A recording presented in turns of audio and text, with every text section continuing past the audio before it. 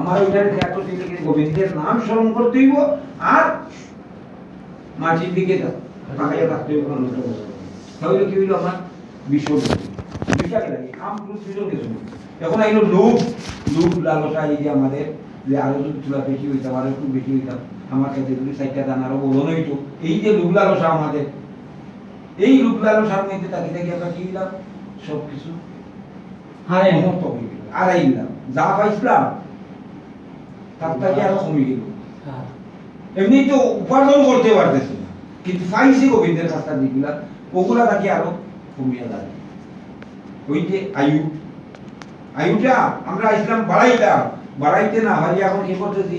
আরো কমে যাবে যা আছে তার থেকে আরো কমে দেখতে তো কোনো সময় মানুষের আয়ু আছে 60 বছর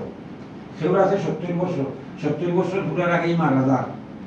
কিন্তু 70 গেছে না কিন্তু তার পরম আয়ু 70 বছর পর্যন্ত আছে গোবিন্দ এই ব্রহ্মা এটা আমরা লিখে দিছো যে অমুকের আয়ু কতটুকু পুষ্টি থাকলে বিচার করলে হয়ে যায় যার ঠিক পুষ্টি আছে এগুলা লেখা আর কতদিন ব্রহ্মায়ু আছে কতদিন বাঁচব এখন এখানে আমি তুমি ফাঁপ করিয়া কিতা করছো কমাই দিয়েছো 10 বছর 15 বছর 12 বছর 20 বছর ফাঁপের কারণে কমে আর পুণ্য করলে তো অন্তর বাড়াই দিবা এখান থেকে যদি তুমি মন্থন করতে পারো মাখন বা করিয়া যদি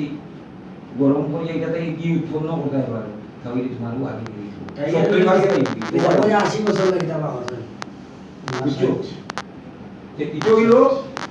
আমরা আইসি বাড়া দিন লাগি তবে অনেকে অনেক সময় জানি না কারণ সৎসঙ্গ করলে অনেক কিছু জানে না গ্রন্থ যেগুলা লেখে এগুলা সে দাদাও লেখে না সে বাবাও লেখে না এগুলা গোবিন্দের শ্রীমুখের বাণী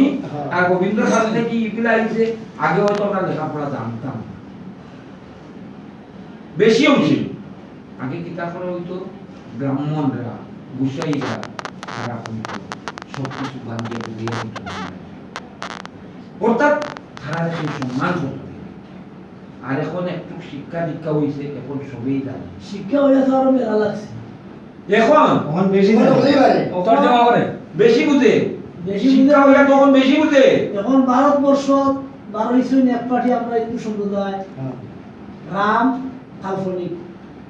কৃষ্ণ কাল্পনিক এটা কোনো বাস্তবিকতা কিছুই নাই কোনো কিছুই নাই নাইতে বেটা দিন ফারা ফলো করুন এরা একটা গল্প বানাইছে